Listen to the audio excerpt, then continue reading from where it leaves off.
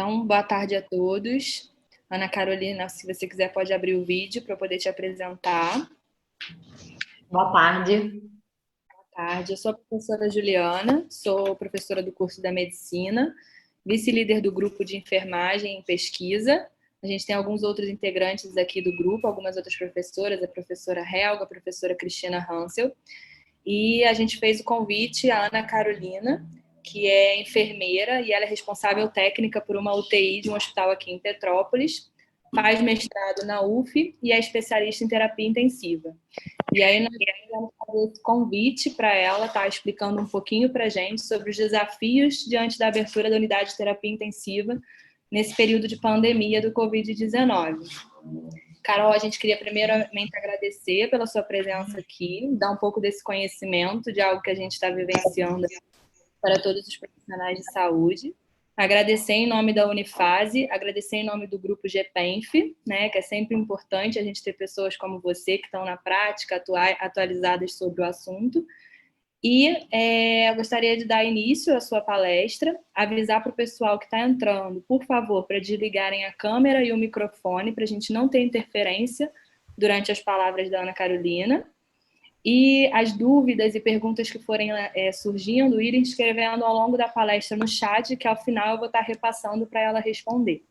Desde já agradeço a presença de todos os alunos, de todos os profissionais de saúde presentes na palestra, né? Vídeo que a gente está aí num tempo de...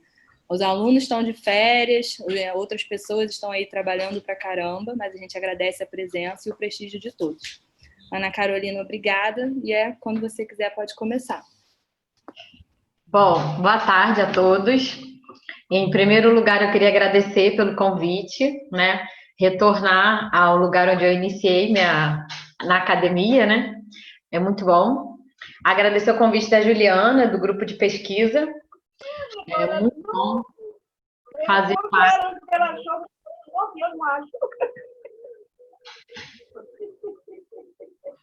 É muito bom fazer parte, né, dividir um pouco os conhecimentos e aprender também um pouco com vocês. Então, eu vou dar início à minha palestra. O tema é desafios diante da abertura de uma unidade de terapia intensiva, né, uma UTI, no cenário de Covid-19. Em meados de janeiro, né, começaram as informações mundialmente sobre o coronavírus. Desde dezembro, janeiro, mais ou menos, nós já estávamos nos preparando para o que a gente estava para enfrentar, né? Eu trouxe aqui alguns pedaços de matérias do jornal falando da dificuldade que o coronavírus trouxe, né? A dificuldade de leitos de UTI, tanto para montar quanto pela falta, né? A falta de equipamentos é uma situação bem complexa que a gente passou nessa fase de coronavírus e ainda estamos passando. Eu trouxe o painel do coronavírus, só para a gente dar uma introduzida no tema. Foi na atualização de ontem sobre os casos recuperados, né? Somos quase líderes na recuperação de pessoas com Covid, porém ainda temos muitos casos confirmados, a transmissão está seguindo de uma forma muito complexa e acelerada, e os óbitos também. Então, vamos lá para os grandes desafios que tivemos para o início dessa UTI Covid, né? Primeiramente, as informações em excesso. Nós tivemos uma grande dificuldade, principalmente com os profissionais, porque normalmente nós fazemos um treinamento de um determinado assunto e isso anualmente é atualizado para os profissionais. Na situação do coronavírus, nós tivemos que fazer treinamentos repetitivos. Então, existiu uma dificuldade muito grande em criar protocolos assistenciais, né? Hoje, dentro da unidade hospitalar, nós precisamos estar baseados nesses protocolos assistenciais para nortear as ações dos profissionais da área de saúde. E foi muito complexo, né? Como gerente de enfermagem, essa foi uma das maiores dificuldades. Como explicar para os profissionais tantas mudanças em tão pouco tempo, né? Como explicar um tema de uma semana atrás, tudo que modificou numa outra semana. Isso compromete bastante a assistência, mas é uma coisa inerente da doença, que é uma doença nova e acaba trazendo realmente muitas dificuldades, cada semana uma descoberta nova. Eu trouxe um pouco aqui sobre o que são protocolos assistenciais, né? Na enfermagem é um instrumento muito necessário e no hospital, no todo, né, se faz necessário para nortear os procedimentos, como que tudo acontece dentro do hospital. Então, esse protocolo assistencial, como eu disse, ele vai nortear a enfermagem, como que eu faço cada procedimento, o passo a passo. Eu trouxe para vocês uma foto, né, da equipe, de como foram os treinamentos. Treinamos os enfermeiros, treinamos os técnicos de enfermagem, fizemos treinamentos ligados com a fisioterapia, com a recepção, com a higiene. Nós, nesse momento, precisamos unir forças para conseguir dar continuidade nesses treinamentos e para todo mundo falar a mesma língua dentro do hospital. Passamos também pelas dificuldades de exigências da vigilância epidemiológica, né? São partes burocráticas muito trabalhosas. A vigilância epidemiológica ajudou muito, né, nesse sentido, mas nós precisamos notificar todos os casos de coronavírus. E aí surgem as dúvidas, né? Quem é o profissional notificador? Quem é o profissional responsável por identificar os sintomas e apontar que aquele paciente é suspeito de Covid ou não? E nós precisamos muito da ajuda dessa da vigilância epidemiológica e precisamos muito também do envolvimento, né, da equipe multidisciplinar, médicos, enfermeiros, fisioterapeutas. Inicialmente, né, muitas pessoas ainda acham que é só uma pessoa que norteia, né, os cuidados, e na verdade não é. A gente precisa trabalhar em equipe para conseguir desenvolver as habilidades e até para prestar uma qualidade assistencial melhor para o paciente. Então, quem é esse profissional notificador, né? A notificação ela é compulsória. Identifiquei que o paciente está com suspeita de Covid, eu tenho que notificar ele imediatamente. Ela pode ser feita por qualquer profissional da área da saúde, mas nesse hospital onde nós abrimos a UTI de Covid, nós definimos através desse protocolo que os médicos são responsáveis pela notificação dos pacientes e os enfermeiros plantonistas são os responsáveis pela notificação dos funcionários que se contaminaram com Covid. Tiveram, além de treinamentos burocráticos, treinamentos práticos, né? Inicialmente tivemos o treinamento sobre a intubação orotraqueal, que no início foi um procedimento novo, né? A gente teve que implantar mudanças para se adaptar a esse cenário do Covid. A primeira mudança da intubação é utilizar uma equipe reduzida. Então, a gente procurou no protocolo, né, colocar que seria o médico, o fisioterapeuta, o enfermeiro e somente um técnico de enfermagem, para a gente reduzir o número de pessoas expostas ao Covid, né, ao risco de contaminação. A necessidade de experiência profissional, porque a intubação tem que ocorrer de forma rápida, para reduzir os aerossóis e até mesmo para garantir uma melhor qualidade de assistência para esse paciente. A agilidade é um fator muito importante, a equipe tem que estar muito treinada e nós chamamos de time de resposta rápida, né? A formação de uma equipe para agir prontamente nessas situações, principalmente de intubação. Nós tivemos que inserir dentro do material de intubação uma pinça para clampeamento do tubo orotraqueal. Para quem não sabe, essa pinça ela serve para reduzir o risco de secreção sair do tubo e contaminar as outras pessoas. Então, é toda uma técnica para a gente poder entubar e não gerar aerossóis ou gerar da menor forma possível. Um fato muito interessante nos treinamentos é conseguir explicar para os profissionais, né, a necessidade de reduzir os aerossóis e, com isso, não utilizar o ambu. Eu não sei se todos são profissionais da área da saúde, se todos já passaram pela disciplina de saúde do adulto, né, unidade de terapia intensiva e emergência. Mas o ambu é um instrumento, né, um equipamento utilizado para a gente fazer a ventilação do paciente manual. E é uma coisa utilizada em todos os procedimentos de parada cardiorrespiratória. Só que nesses casos nós tivemos que evitar o uso para reduzir essa geração de aerossóis. Esse também foi um grande desafio, porque mudar uma cultura e sensibilizar os profissionais para uma mudança de prática é uma etapa bem complicada. Essa é a foto do nosso treinamento, né? Nós pedimos um médico, até da própria Unifase, para fazer o treinamento e foi muito satisfatório. as pessoas saíram realmente com outra cabeça e prontas para encarar essas situações, né, de intubação. Em relação à gestão dos profissionais de saúde, continuamos com os treinamentos, utilizamos o treinamento de posicionamento prona, que é o posicionamento que está na foto, né, no bonequinho. Esse posicionamento é muito utilizado para os pacientes de COVID, por melhorar os parâmetros respiratórios e facilitar a abertura dos alvéolos pulmonares. Com isso, a gente tem uma melhora de troca gasosa e reduz o tempo de intubação do paciente.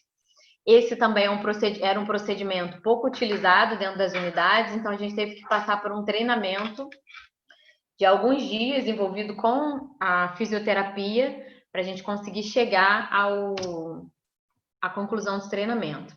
Essa também é uma outra foto de um treinamento que fizemos sobre a posição prona. E dentre os outros treinamentos, fizemos o treinamento de coleta de suave. Hoje o suave é o meio utilizado para padrão ouro, né, do COVID, para identificar se o paciente é positivo ou negativo. E só para vocês terem uma noção, o método de coleta, desde o início do COVID até hoje, ele já mudou 4 vezes. Então, inicialmente nós coletávamos com 3 suaves, um para cada narina e um orofaringe, depois passou para 2 suaves na narina e outro orofaringe, e atualmente nós utilizamos somente um suave para as 2 narinas. Então, assim, é o que eu falei para vocês sobre a dificuldade de toda semana ter uma novidade, né, sobre a mudança da prática de protocolos e fluxos. Tivemos treinamentos também sobre como notificar, como paramentar e desparamentar. Aí a gente olha, né, aprende na disciplina de fundamentos, se eu não me engano, na faculdade, como paramentar e desparamentar, e parece uma coisa tão simples, né? Mas o profissional envolvido na situação e no risco de poder se contaminar, até a paramentação e desparamentação é uma coisa difícil, é um procedimento difícil de ser realizado. Então, nós intensificamos os treinamentos nesse sentido. Esse é mais uma foto, né, de um dos treinamentos sobre paramentação. E agora vamos falar sobre os recursos humanos, né? Uma grande dificuldade encontrada nesse tempo de Covid foi a escassez de profissionais. Por quê? Se tanta gente se forma, né, e nós temos tantos técnicos e enfermeiros no Brasil e no mundo. Com a abertura, com esses casos de Covid, abriram muitas unidades de tanto hospitais de campanha, e aqui em Petrópolis, né, abriu uma unidade específica para Covid, um hospital específico para Covid, e com isso ocorreu o aumento da oferta de empregos e vagas para esses profissionais. E, né, nesse sentido ficou difícil a contratação, porque os profissionais, na maioria das vezes, já estavam alocados em algum outro hospital, e nós também abrimos mais 11 leitos de UTI. Então, nós tivemos que aumentar uma equipe inteira. Essa foi uma dificuldade muito grande encontrada nessa pandemia.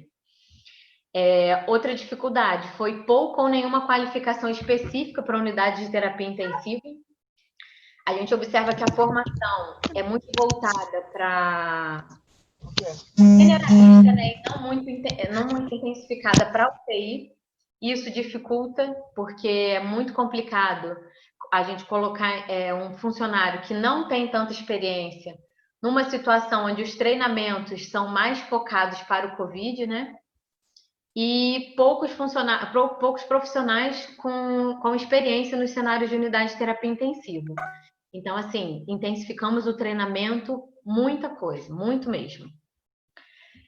Tivemos muitos profissionais contaminados com Covid-19. Mais à frente eu vou explicar para vocês onde nós detectamos que foi a contaminação. E o afastamento de diversos profissionais. Então, se a gente pensar que já existe uma escassez de profissionais devido ao aumento da oferta do emprego, né? E nós ainda temos que contar com os afastamentos de diversos profissionais, que sejam por atestados, por doenças psicológicas, de saúde mental, que afastou muitos funcionários, e também pela gravidade do Covid, né? E além do afastamento, lidar com o óbito de profissionais e pessoas que são próximas a gente no ambiente de trabalho. Existiu também uma sobrecarga dos profissionais durante o plantão, tanto pela falta do colega, quanto pela carga horária, que acabou sendo aumentada com plantões extras. Então, o profissional, nós percebemos a sensibilização dos profissionais, na falta, na ausência de outro colega, os profissionais se oferecem para fazer plantões extras e, com isso, eles acabam sobrecarregados. O cansaço, o comprometimento da saúde mental, como eu disse, foram fatores assim muito associados ao Covid, e até hoje, mesmo, né, com a normalidade agora da doença, né, tendo se adaptado a todos os protocolos e a prática dentro dessas unidades, nós ainda percebemos que os profissionais têm muito comprometimento da saúde mental. Em relação ao dimensionamento de profissionais, na enfermagem, o COFEM cobra de todo responsável técnico que existem dimensionamentos de profissionais de enfermagem. O que isso quer dizer? Eu tenho uma fórmula que me diz quantos profissionais, tanto enfermeiros quanto técnicos de enfermagem, eu tenho que ter dentro de uma unidade de terapia intensiva para prestar um cuidado de qualidade sem faltas de profissionais. E dentro das unidades de terapia intensiva, junto com essa solicitação do COFEM, nós encontramos a RDC número 26 de 2012, que é uma resolução um pouco antiga, mas que ela ainda é vigente. Então, administrativamente, nós estamos num conflito entre seguir o dimensionamento de profissionais que o Conselho Federal de Enfermagem solicita ou seguir a RDC número 26. Essa RDC, ela diz que nós temos que ter um enfermeiro assistente a 10 leitos e um técnico de enfermagem a cada 2 leitos. Então, uma UTI com 10 leitos, eu teria que ter, pela RDC, 5 técnicos de enfermagem e um enfermeiro. Porém, dentro dessas unidades, nós temos escalas que são utilizadas especialmente nas unidades de terapia intensiva. Uma delas é o NAS, que é o Nursing Activities Score, e o TIS 28. O NAS e o TIS sempre dão resultados de profissionais, de quantitativo de profissionais maior do que o que a RDC preconiza. Então, é muito importante a gente refletir sobre essa situação. Isso é um ganho que a enfermagem ainda precisa lutar, né, para a gente conseguir ter o quantitativo de profissionais ideais. E, diante dessa pandemia, nós tivemos a dificuldade, tanto na contratação, pela escassez de profissionais, como eu falei anteriormente, e muita dificuldade em seguir o dimensionamento correto, porque a RDC me diz uma coisa e o dimensionamento pelo Conselho Federal de Enfermagem me solicita outra. Então, na nossa unidade não tivemos falta de profissionais, seguimos a RDC por conta dos extras que tivemos que abrir para os funcionários trabalharem além da carga horária deles. Porém, existe sim um comprometimento da qualidade assistencial pela ausência de profissionais, isso é um problema mundial, e aqui em Petrópolis não seria diferente. A sobrecarga profissional, quando existe uma falta em excesso, né, que a gente chama de taxa de absenteísmo muito alta, acabam que os profissionais assumem mais pacientes do que eles podem, até mesmo conforme a resolução da RDC. Então, muitas vezes o profissional assume mais de 2 pacientes e isso sobrecarrega o profissional e compromete a qualidade assistencial. Nós seguimos algumas orientações da AMIB sobre o treinamento de profissionais de outros setores. Nós tínhamos um setor de clínica cirúrgica e um setor de centro cirúrgico, onde nós intensificamos o treinamento dessas pessoas para alocar isso, não foi? e acabar trazendo profissionais mais experientes para dentro da unidade de terapia intensiva. Esse foi um dos recursos utilizados para manter a quantidade de profissionais ideais. Porém, essa estratégia, né, de treinar profissionais que nunca tiveram contato com a UTI, segundo a própria AMIB, projeta riscos estratégicos, mas em comparação aos riscos relativos ao absenteísmo, a gente vê um ganho, né? É melhor que a gente não tenha um funcionário com mais dificuldades, mas que possa se adaptar com um colaborador e um profissional com mais experiência, do que contar com o absenteísmo, que é a falta desses profissionais. Aí eu trouxe aqui as recomendações sobre o dimensionamento da equipe de enfermagem, que é da AMIB. A AMIB é uma associação brasileira de medicina intensiva, e ela fala a mesma situação, que a partir desse momento que estamos em pandemia, nós deveríamos abrir mão da RDC 26, que dá um quantitativo menor de profissional, para atingir o dimensionamento de acordo com o NAS e o TIS.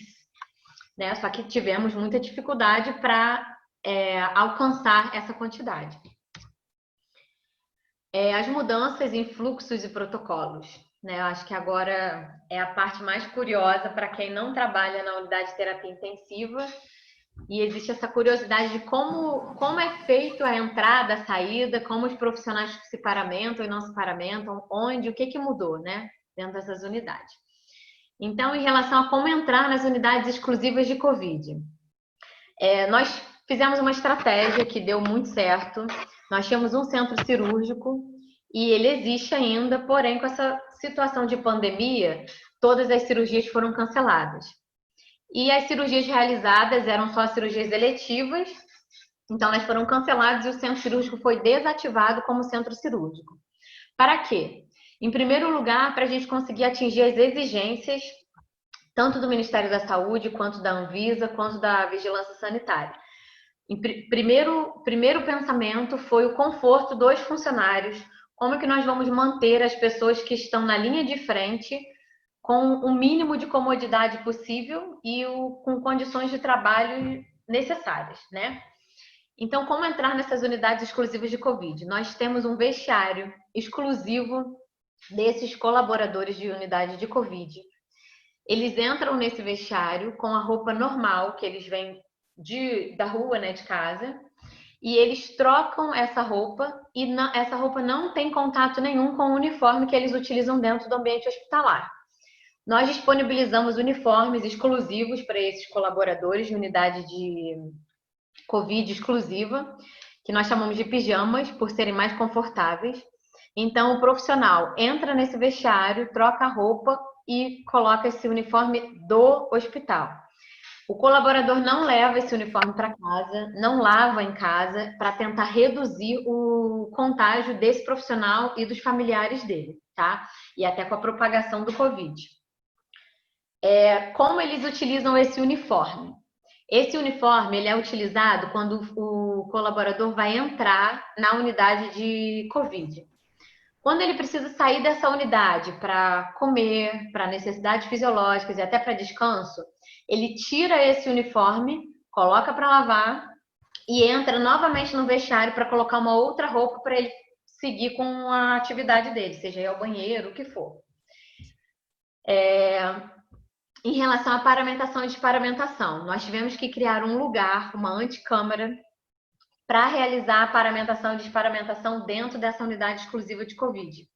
Então, o colaborador tem espaço, tem bancadas com todo o EPI necessário para a utilização, e ele tem o espaço e locais identificados como paramentação e desparamentação.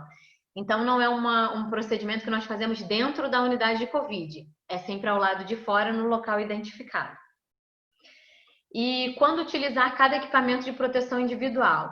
Essa também foi uma grande dificuldade do início, porque antes de abrir a unidade de Covid, nós tínhamos 3 UTIs, onde os pacientes acabavam chegando com diagnóstico de Covid, e a discussão em cima dos protocolos já existentes do Ministério da Saúde era qual tipo de EPI que vai utilizar.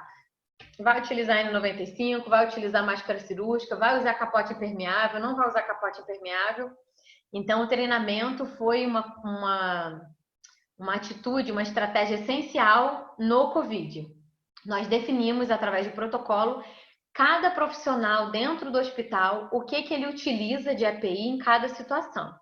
Na unidade exclusiva de Covid, o colaborador fica paramentado às 12 horas de plantão dele, no caso dos técnicos de enfermagem. Os médicos, enfermeiros e fisioterapeutas ficam 24 horas paramentados dentro dessa unidade. Aí provavelmente vão surgir as perguntas. E eles ficam 24 horas com essa roupa? Como é que eles fazem para realizar as outras atividades?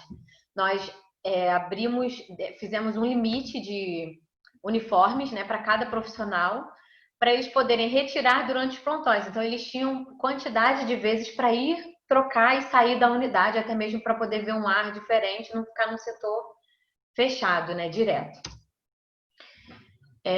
As modificações em relação aos outros setores. Em relação à farmácia, nós temos ainda muitos óbitos por conta do Covid, e a dúvida que no início era o que nós vamos fazer com a medicação que sobra desse paciente de óbito, ou de um paciente que recebeu alta, ou de um paciente que foi transferido. Como determinação do Ministério da Saúde, nós seguimos todas as medicações. São realizada asepsia quando o paciente vai a óbito, e elas são colocadas, entregues à farmácia, e a farmácia lida, de acordo com o protocolo deles, com o repouso dessas medicações durante um determinado tempo, que se eu não me engano são 7 dias, até retornar para o estoque como uma medicação sem estar contaminada. Em relação à nutrição, a enfermagem e a nutrição a gente entrou num acordo de não expor tantos profissionais, né? Sendo assim, o setor de nutrição encaminhava a alimentação para o setor de Covid, e os técnicos de enfermagem, enfermeiros e até toda a equipe, todo mundo funcionando muito junto e muito unido, fornecia a alimentação desse paciente sem que as copeiras precisassem entrar dentro dessa unidade. Então, assim, é um pensamento muito importante nesse momento de Covid, na montagem dessa UTI, realmente a união das equipes para a gente tentar expor o menos possível os profissionais, para reduzir até a propagação desse vírus. O setor de recepção foi um setor onde teve que mudar fluxos e protocolos já existentes, porque o prontuário não pode sair dessa UTI de Covid e ir direto para a mão de outra pessoa. Esse prontuário tem que ser ensacado, identificado, fica em repouso também alguns dias, até ele ser encaminhado para as mãos dos colaboradores da recepção. Em relação à higienização, nós encontramos bastante dificuldade, porque são muitas novidades, né, para pessoas que estão acostumadas com o treinamento já delas, nós tivemos que treinar elas também, para entenderem a gravidade da doença e saber o que exatamente fazer em cada sentido, em cada momento. Por exemplo, quando um paciente vai a óbito ou quando ele sai do leito por algum motivo, por transferência ou alta, esse leito tem que ficar fechado durante 3 horas após a limpeza. Então, antes da limpeza, desculpa. Então, são rotinas que não existiam. Então, imagina você está acostumado a ir para o seu trabalho todo dia, fazer aquela rotina, de um momento para o outro, tudo mudou, são rotinas novas, e uma percepção muito importante é que os profissionais estiveram pouco resistentes para essas mudanças. Em vista dessa pandemia, todo mundo se uniu para tentar se adaptar aos protocolos, mesmo com a dificuldade dessas mudanças constantes. O setor de central de material de esterilização também modificou, tiveram muitas mudanças de fluxo. As bacias utilizadas para dar banho nos pacientes, os patinhos, né, comadres, que nós chamamos, não podem mais descer para essa central de material de esterilização. Eles têm que ficar no setor com o paciente, fazendo a limpeza dentro do próprio setor. Essas são recomendações do próprio COFEM. A hemodiálise também é um fator muito importante. Tem um documento da AMIB que traz para a gente que 23% dos pacientes que são graves com Covid evoluem para a insuficiência renal aguda, e com isso a hemodiálise dentro desses setores é um quantitativo muito grande, né? Só para vocês terem uma noção, anteriormente nós tínhamos de 3 a 4 pacientes por semana realizando hemodiálise, né? Dependendo do período. Hoje, em unidade de terapia intensiva, já tiveram semanas que tínhamos 8, 10 dentro só da unidade de Covid. Então, assim, o número de hemodiálise subiu muito e nós precisamos aprender a lidar com essa situação da hemodiálise também, porque são muitas máquinas ocupando muito espaço. O protocolo da retirada dessas máquinas para uma sala específica tem que ser feita toda uma asepsia da máquina. Então, assim, é realmente muito trabalhoso ainda, né? O setor de transporte também sofreu com muitas mudanças de fluxos e protocolos e acaba envolvendo a unidade de terapia intensiva também, pela necessidade de encaminhar o paciente para outra unidade quando ele recebe alta, e ele ainda é um paciente que tem que estar em isolamento, né? O nosso protocolo de isolamento dos pacientes de Covid ficaram 14 dias de sintomas, passados ele recebe alta de Covid, mas após a alta de Covid ele ainda fica 7 dias em isolamento pelo fato dele ter tido contato com outros pacientes e outros profissionais. Então, quando o paciente recebe alta dessa UTI de Covid, ele pode ser transportado para um outro hospital do município, mas a gente precisa continuar mantendo os mesmos cuidados. Então, também houve treinamento do pessoal do transporte. Em relação aos indicadores, todos os protocolos criados a partir de fluxos, eles geram indicadores. Para quem não sabe, os indicadores são ferramentas utilizadas para medir o nível da qualidade assistencial prestada. Um indicador que é alarmante é o aumento de incidência de lesão por pressão. Está uma incidência muito alta dentro dessa unidade de Covid, por quê? Nós temos preconizado dentro das UTIs a mudança de decúbito de 2 em 2 horas, para evitar o aparecimento de lesões por pressão. Só que como o paciente de Covid é um paciente muito instável e que muitas vezes tem que estar na posição prona, e essa posição prona, o paciente fica por, no mínimo, né, no máximo, 16 horas pronado, é uma situação onde a gente não consegue fazer essa mudança de decúbito. A gravidade dele, a instabilidade dele hemodinâmica também contribuem para o aparecimento dessas lesões por pressão. Então, nós identificamos que o índice de lesão por pressão aumentou muito devido à instabilidade desse paciente, à dificuldade em realizar mudança de decúbito e até mesmo por ele ter que ficar muito tempo pronado. Foi identificado também através desses indicadores que os pacientes são de alta dependência. O que quer dizer isso? São pacientes que necessitam de cuidados totalmente dependentes dos cuidados, tanto da enfermagem quanto da fisioterapia, como dos outros profissionais. E isso demanda mais tempo de cuidado e mais gravidade do paciente. Em relação aos materiais e equipamentos, também foi uma dificuldade encontrada. Todos os pacientes entubados ou traqueostomizados diagnosticados com Covid, eles precisam fazer uso do TraqueCare. O TraqueCare é um sistema de aspiração fechado. Por que ele é utilizado? No paciente de Covid ou paciente com qualquer outra doença respiratória que possa disseminar a infecção, ele precisa ser aspirado de forma de sistema fechado. Por quê? Se eu retirar o paciente, desacoplar o paciente do tubo, do respirador e ficar com o tubo aspirando, isso pode gerar aerossóis. Então, aumenta o risco de contaminação. Por isso, a utilização do TraqueCare. O TraqueCare sempre é utilizado nas unidades de terapia intensiva, nesses casos de doença, no caso de PIP acima de 10 ou 11. Só que imagine uma coisa que era utilizada em 3, 4 pacientes ser utilizada em 10 pacientes. E aí nós temos que ter bem estabelecido quando troca, como utiliza, para prestar uma assistência adequada para esse paciente. Os frascos de aspiração dessas secreções têm que ser frascos de aspirações descartáveis, e isso também é um problema, porque diante dessa pandemia ficou muito difícil para o setor de compras, né, hospitalar, a obtenção desses materiais. A falta no Brasil, né, no geral, foi muito grande. Os materiais próprios para cada paciente, como eu falei para vocês, se o paciente utiliza uma bacia para tomar banho no leito, essa bacia é dele até o momento dele da saída da UTI. A redução do uso do ambu, que eu expliquei para vocês.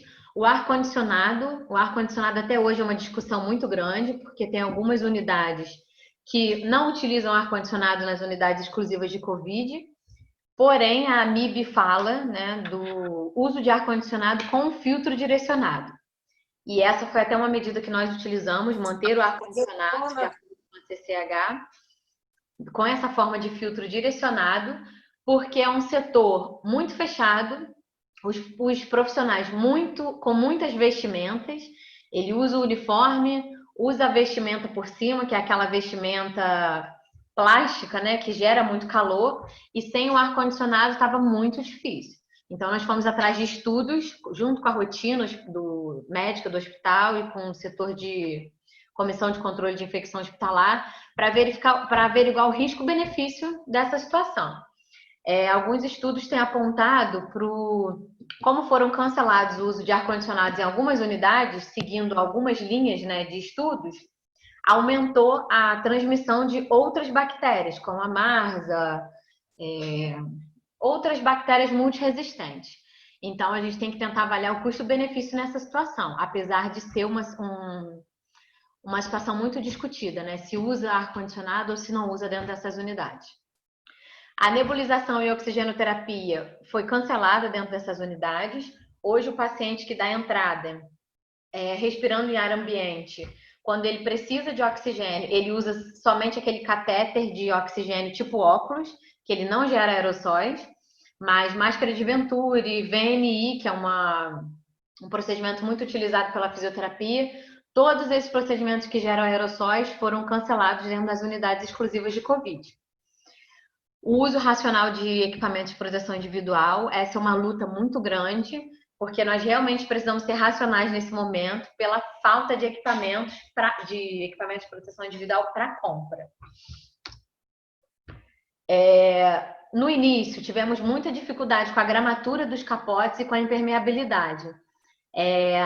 Infelizmente, né, no Brasil ainda existe talvez seja considerado uma falta de respeito em relação ao que se vende. Então, a pessoa, muitas vezes, nós testamos mais de 20 capotes, tanto em relação à gramatura quanto em relação à impermeabilidade. Mais de 20, acredito que uns 30 a 50. E somente uns 10 funcionaram realmente com a função de impermeabilidade. Então, houve muito disso, uma venda de um capote num valor muito alto e que não era o que estava descrito, que era a impermeabilidade. E como nós fazíamos os testes de impermeabilidade dos capotes, isso também é importante. Todo mundo pensa que impermeável é só colocar água em cima, se não passar está impermeável, mas não é. Nós fazíamos o teste com o desodorante aerossol para ver se passava aerossóis para a roupa do colaborador. Muitos passaram. Água, muitos passaram água, mesmo com a descrição de impermeável.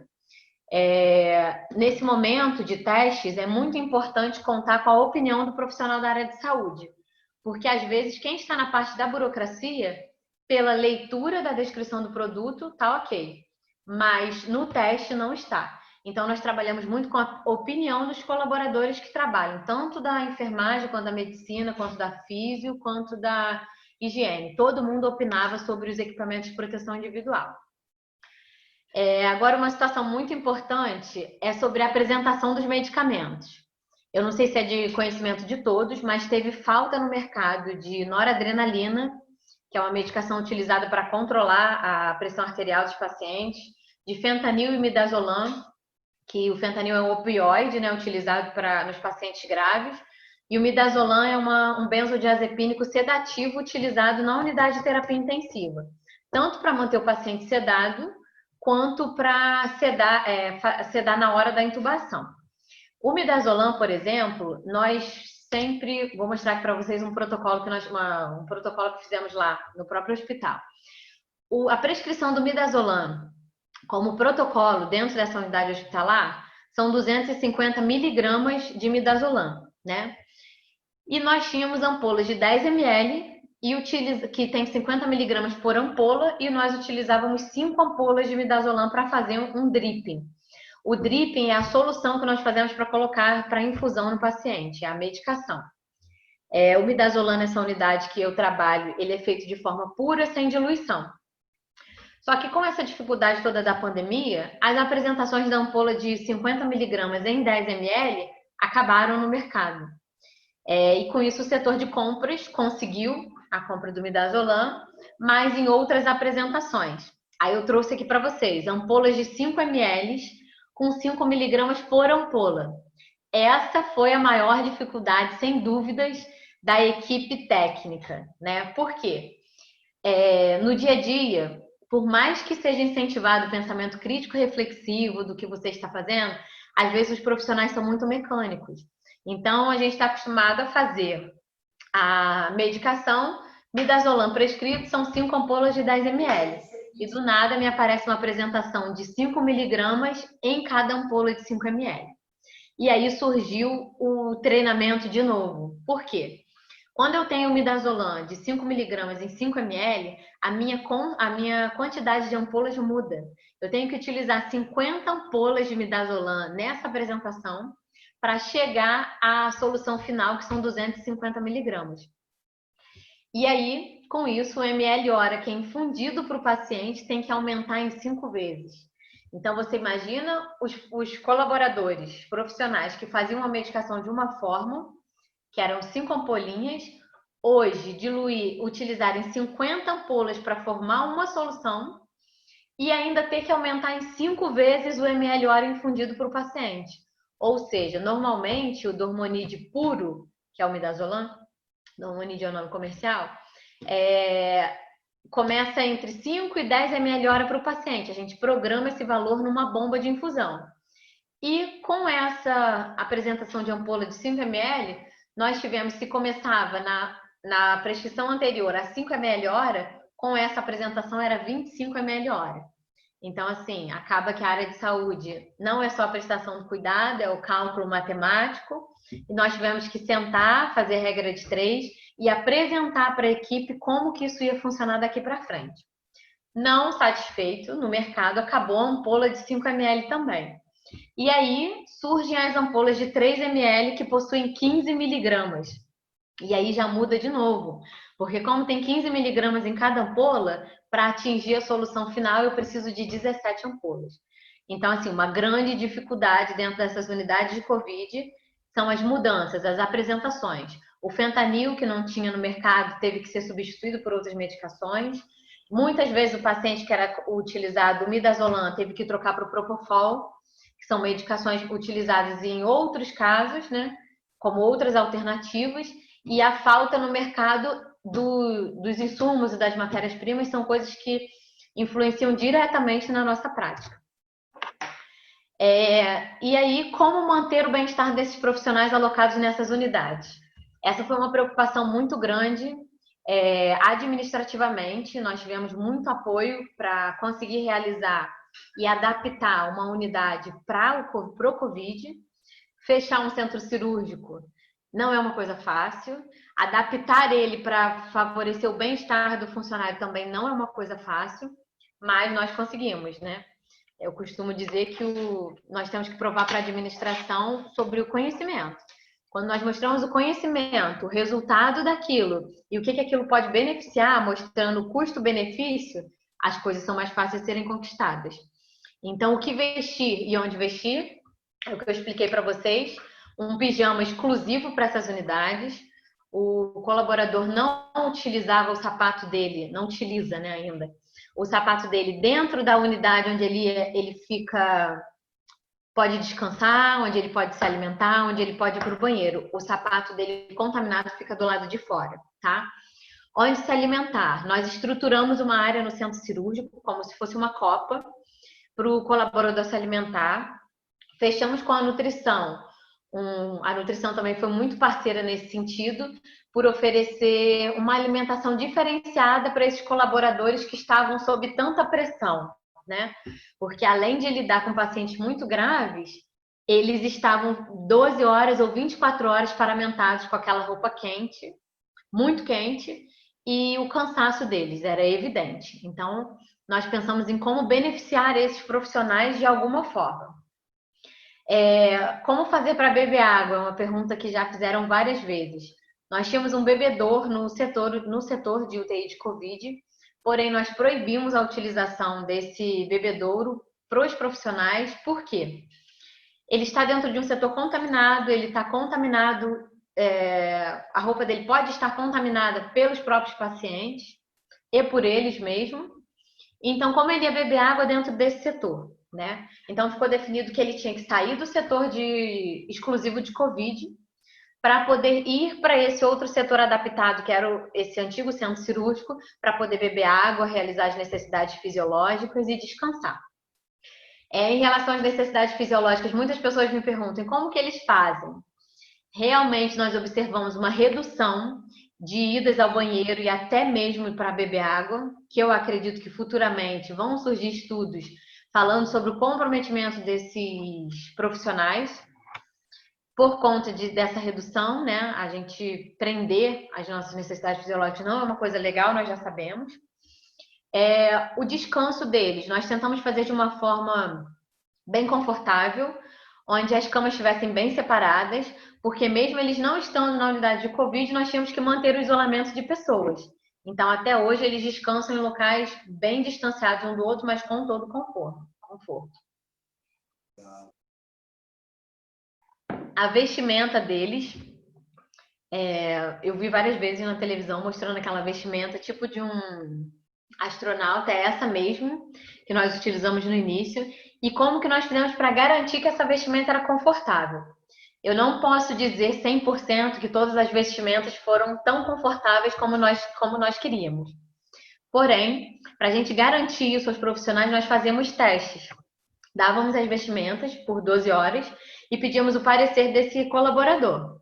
E quando o parecer desse colaborador era negativo, nós tirávamos ela de uso. Por exemplo, muitas vestimentas encontradas no mercado rasgavam. E quando elas rasgam, elas aumentam o risco de contaminação do profissional. Então, foi um embate muito grande com o setor de compras e o setor de compras com esses fornecedores, porque nós lutamos a todo momento para os profissionais conseguirem ter um bem-estar, o mínimo do bem-estar possível, né? Outro grande desafio foram os casos de exposição e contaminação. Por muitas vezes nas unidades que não eram de Covid, mas eram de unidade de terapia intensiva, foram admitidos pacientes com diagnósticos como infarto, insuficiência cardíaca, e com 2 dias de internação o paciente começava a apresentar sinais de Covid. E aí, quando esse paciente apresentava sinais de Covid, era realizado todo o protocolo, notificação, coleta de suave, transferência para o setor de Covid ou a unidade de coorte de isolamento de Covid, de possíveis Covid, mas até chegar à conclusão de que era suspeito ou não era suspeito, muitos profissionais foram contaminados nesse tempo. Outra dificuldade muito grande que nós encontramos, e é uma dica que eu dou para quem ainda não é profissional e para quem já é, e às vezes acha que a burocracia é uma coisa que pode passar despercebida, a falta de comunicação a respeito das notificações dos pacientes com Covid. Às vezes o paciente vinha de uma unidade do município para a nossa unidade, sendo que ele já era notificado na vigilância, na epidemiologia como suspeito de Covid, só que para a gente não era passado essa informação. Então, assim, a informação entre os profissionais da área da saúde sempre foi muito importante. Mas nesse momento é uma coisa que merece destaque, sem dúvidas, porque você não passar a informação de que um paciente é suspeito, você não compromete só uma equipe, são várias equipes, vários pacientes que estão no mesmo local. O manejo dos casos de exposição, proporcionando maior conforto ao profissional. Então, é esse manejo, né? Quando o paciente é suspeito, nós tirávamos ele dessa unidade de terapia intensiva clínica e passava para a unidade de suspeitos ou de confirmados de Covid. Outra atitude que nós tomamos em relação ao Covid foi a assistência dos profissionais doentes.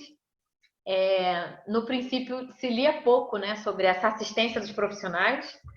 Nós víamos mais falando sobre os pacientes, a gravidade dos pacientes, mas nós tomamos a medida de notificar, coletar SWAB, dar toda a assistência necessária, tanto psicológica quanto a preocupação de como o paciente está.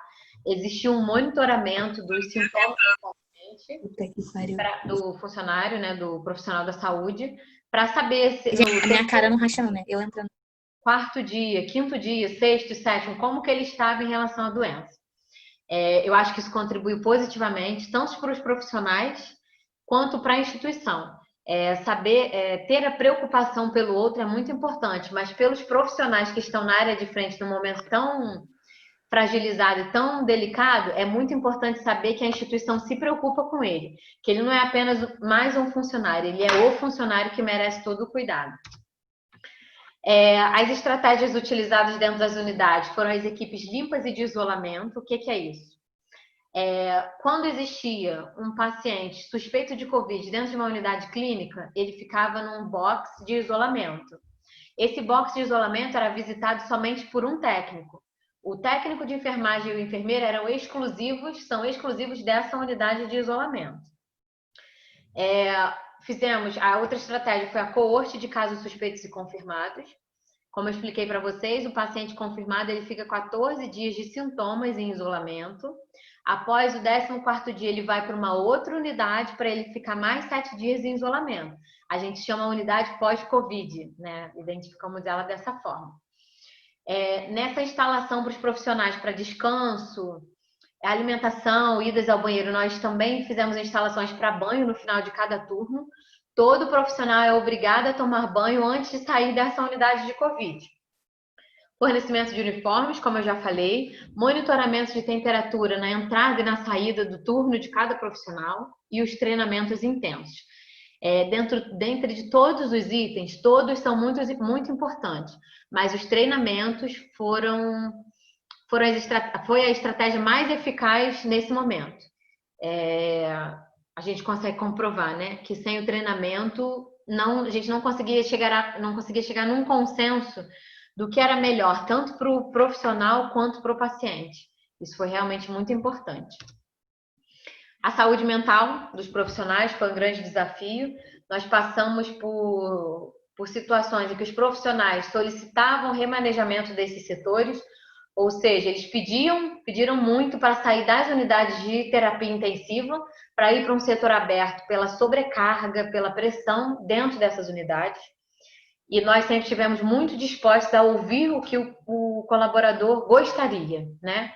Os colaboradores escalados na unidade de Covid, nós tentamos mesclar os colaboradores com mais prática. E no final de cada mês, nós perguntamos, né? Vocês querem sair da unidade de Covid ou vocês preferem sair da unidade de Covid? É muito importante receber esse feedback do funcionário, porque nós, como gerente, não podemos pensar que o colaborador é somente daquele local. Será que aquilo está fazendo bem para ele? Será que ele quer continuar? E, para nossa surpresa, os colaboradores escalados nas unidades exclusivas de Covid, na maioria das vezes, eles não queriam sair das unidades de Covid. O comprometimento deles foi notório com esses pacientes e a alegria deles em ver que eles estão realmente na linha de frente atuando para a melhora da saúde desses pacientes. Tivemos solicitação de demissão de colaboradores após o contágio por Covid. Nós percebemos que muitas pessoas ficaram muito reflexivas após o Covid, né, devido a tantos óbitos, tantas complicações. E a sensibilização dos profissionais com os pacientes. Os profissionais que foram acometidos com Covid, é notória a preocupação deles com os outros pacientes. Será que eu estou fazendo o meu melhor? Será que eu estou prestando toda a assistência necessária? E essa é uma das equipes que nós temos lá na UTI de Covid, só para vocês terem noção da paramentação, como é que funciona. Temos, não sei se vocês conseguem ver a setinha, mas essa aqui é a vestimenta, considerada aquela de astronauta, né, que ela é totalmente impermeável e recomendada nos procedimentos que gerem aerossóis ou que possam molhar a roupa do colaborador. E nos procedimentos que não geram aerossóis, podem ser utilizados os capotes de gramatura 30, que não precisam ser impermeáveis. A máscara N95 é uma máscara utilizada durante todo o período de turno desses profissionais dentro dessas UTIs de Covid. E essa é a nossa equipe. Essas foram as referências utilizadas. E obrigada a todos.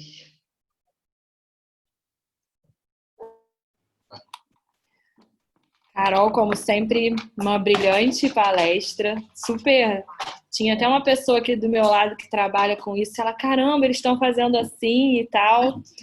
E então, nossa, eu queria agradecer muito pela palestra, foi super esclarecedora. Várias coisas que a gente se pergunta aqui no dia a dia, você acabou respondendo, né, de como isso está se organizando nesse momento que a gente está organizando as coisas, trocando a roda do carro com ele andando, né? Uhum. E aí eu vou te passar umas perguntas que foram feitas aqui, tá? E aí você pode responder. Primeiramente, você estava falando, teve até uma pergunta que você acabou respondendo, que é a posição prona, que a gente coloca o paciente, né? A questão da lesão por pressão. E aí, dentro disso, teve um aluno que perguntou sobre a questão do prognóstico, que a gente fica naquela balança, né? Faz bem pela questão respiratória, mas a gente tem a questão da lesão por pressão, que pode aumentar a chance aí de infecção e tal. E aí, como é que é o prognóstico desse paciente, que a gente acaba tendo que ver o custo-benefício aí, sendo que vai gerar algum tipo de lesão para esse paciente? Então, eu vou falar pelos dois lados, né? Pela enfermagem, a nossa lesão por pressão, assim, é uma coisa que eu tento, com todos os esforços, de reduzir. O paciente realmente sai com muitas lesões por pressão, mas o prognóstico dele em prona tem sido muito satisfatório. É muita dificuldade para pronar o paciente. São muitos profissionais envolvidos no procedimento. Como eu mostrei para vocês, é uma interação de fisioterapia, médico, técnicos, enfermeiros, mas assim, vale a pena. Vale a pena. Entendi. Tem um bom prognóstico, então, aí para a pessoa. E aí, falando sobre a questão dessa questão dos profissionais não estarem muitos profissionais numa mesma área por conta do risco, né, da passagem do Covid, a gente teve aí a resolução 639 de 2020, né, que deu mais autonomia ao enfermeiro nesse manuseio do ventilador. E aí eu queria saber com você, se é uma dúvida minha e de uns colegas aqui, sobre essa questão do treinamento, se foi repassado, se o enfermeiro está tendo essa autonomia, como é que vocês estão fazendo essa organização de manuseio das paramentações tecnológicas que tem dentro da unidade que aquele paciente está internado, para tentar diminuir esses riscos aí, por exemplo, de infecção cruzada, de infecção dos próprios profissionais? Desculpa, eu só não entendi. Você perguntou em relação aos respiradores e a atuação do enfermeiro frente à ventilação mecânica? Isso, que a gente teve a resolução do COFEM 639, que deu mais autonomia ao enfermeiro em estar mexendo nesses parâmetros. E aí, como é que foi esse treinamento? Se os profissionais já se sentem seguros ou não? Que a gente se deparou hoje com outro cenário, que qualquer errinho ali a gente já causa um dano maior ao paciente. Aí, como é que foi isso? Como é que foi essa experiência? A minha percepção dos profissionais da enfermagem é um conhecimento muito restrito sobre a ventilação mecânica. Eu observo que modo ventilatório é uma coisa muito difícil para... Como é que eu vou te explicar? Não é simples para o profissional da enfermagem. Apesar da resolução, da respaldo para a gente atuar na ventilação mecânica, né, dentro dos limites, eu vejo muita dificuldade da enfermagem lidar com isso. No hospital onde eu trabalho, o protocolo é toda a parte respiratória como responsabilidade da fisioterapia. Então, a enfermagem não entrou na atuação com a ventilação mecânica. Entendi. A Patrícia está perguntando que como é que foi observado, se houve um aumento, isso até acho que é da sua área, a questão da contenção, né, que você estuda no mestrado, se houve um aumento de uso de contenção nesse enfrentamento do Covid, né, porque a gente sabe que nem todos os pacientes estão sedados e tal, e aí há o desconforto respiratório, se houve esse aumento considerável aí nas contenções. Então, existe não vou nem dizer que é um protocolo, mas é uma política muito voltada para tentar postergar a intubação, né? E aí o paciente, principalmente idoso, numa unidade fechada, que ele vai desenvolver o delírio mesmo, e fazendo uma hipóxia, apresentou muita agitação desses pacientes pré-intubação. Então, assim, a contenção mecânica é um fator bem complicante dentro dessas unidades, porque eles fazem muita contenção ainda. Aí o que vale a pena ressaltar, né, trazendo um pouco para o meu lado, é que assim, o COFEM tem a resolução 543 de 2012, se eu não me engano, que fala sobre o uso da contenção mecânica. Então a gente precisa sensibilizar os profissionais em relação quando que eu realmente devo utilizar. E se eu utilizar, porque a gente ainda não consegue erradicar a contenção mecânica, a gente precisa seguir os cuidados estipulados nessa resolução, como monitoramento de hora em hora, avaliação se o paciente já deixou de estar agitado ou não. E isso ainda é muito difícil para os profissionais entenderem. A contenção ainda é uma coisa muito banalizada. Entendi. Uma outra coisa ainda na questão profissional, né? As perguntas foram bem direcionadas para a questão profissional, é sobre o manejo do profissional que está apresentando síndrome de burnout. Se vocês tiveram casos, e aí você falou um pouco dessa questão de saúde mental, que a galera da psicologia está atuando junto, mas como é que está acontecendo esse manejo desses profissionais que têm mesmo, que são diagnosticados com a síndrome, se tiveram casos, como é que o hospital está enfrentando essa perda profissional aí, porque acaba sendo uma perda, né? Então, o burnout ainda não foi diagnosticado em nenhum dos profissionais lá, mas ansiedade e depressão, sim. Então, como gerente, junto com a coordenadora a supervisora de enfermagem da UTI, e até na própria clínica médica impactou essa questão do Covid, tá? Mesmo sem lidar direto com esses pacientes. Nós tentamos modificar a área de atuação desse profissional. Colocamos uma na CCIH, uma na CME, setores que envolvem pouca assistência para tentar melhorar essa condição da saúde mental. Mas o acompanhamento profissional é uma coisa essencial e muitos estão afastando. Hoje mesmo nós recebemos um atestado de uma colaboradora por ansiedade, que vai afastar.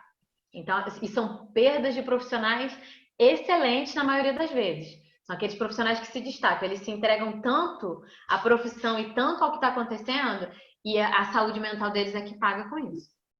A gente sabe que a gente acaba ficando longe da família, né? Você mesmo passou por uma situação dessa. Então, a gente acaba que essa nossa saúde mental fica um pouco abalada.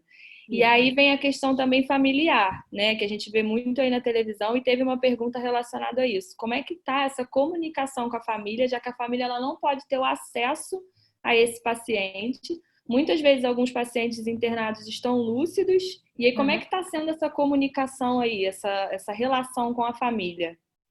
Então, essa proposta de comunicação foi uma proposta sendo realizada entre os setores de recepção, serviço social e enfermagem.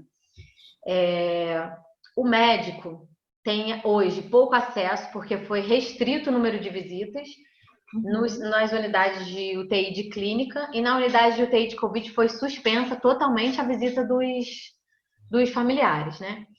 Então, como é que nós fazemos para atuar nesse sentido? Videochamada, às vezes até com paciente entubado mesmo, nós fazemos. Inicialmente era uma proposta do serviço social fazer, só que os profissionais estão tão comovidos com a situação que quando é um paciente lúcido, eles me perguntam: Carol, eu posso fazer uma videochamada com o familiar? O paciente está pedindo tanto, aí a gente acaba liberando. Mas, assim, muitas reclamações em relação aos familiares, porque é muito difícil ter só um familiar para você passar a notícia do paciente, né? Às vezes você é filha, mas o paciente tem 10 filhas. Aí você explica para uma, mas todas as outras estão sem a informação. E, assim, ouvir do profissional de saúde o que está acontecendo é diferente de ouvir o que o familiar está passando, né? É verdade. Então, Ana Carolina, eu queria te agradecer. A gente não teve mais perguntas relacionadas a esse tema. Eu acho que a gente focou bastante na questão mesmo profissional, que gerava várias dúvidas, né? Só um minuto que a Maria Eduarda de Sala acabou de fazer uma pergunta a respeito do uso das máscaras de N95. Qual o indicado em relação ao tempo de uso e se é possível realmente usar a N95 mais de uma vez ou não? Então, é possível utilizar mais de uma vez se ela for acondicionada em envelope de papel com as ligas para o lado de fora. Em relação ao tempo de uso, isso é muito institucional, né? Existem unidades aqui em Petrópolis que estão usando por 30 dias, acondicionadas da forma correta, e na instituição onde eu trabalho nós colocamos 7 dias de acordo com a orientação da CCIH, que é a Comissão de Controle de Infecção Hospitalar. Mas, aí, relacionado à N95, nós temos as lesões associadas ao uso da N95, que aí é outro assunto. Muitas lesões, né? Eu acho que o pessoal, mesmo sem ser a N95, já está começando a perceber aonde começa a doer de tanto usar a máscara, né? A marca do ferrinho da N95 no nariz. Isso virou... É a nossa marca do futuro.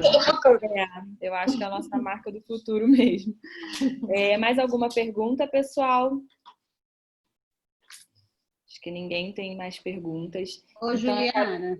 Oi, Cris. Só queria agradecer a Carol, dizer que essa menina é linda, que foi nossa aluna. Parabéns pelo seu sucesso. A palestra foi muito bonita. E, assim, agradecer pela sua participação no grupo, né? Que eu acho que isso é muito importante. Ela já conhecia o grupo, mas a gente ainda não conseguia fazer tantas atividades.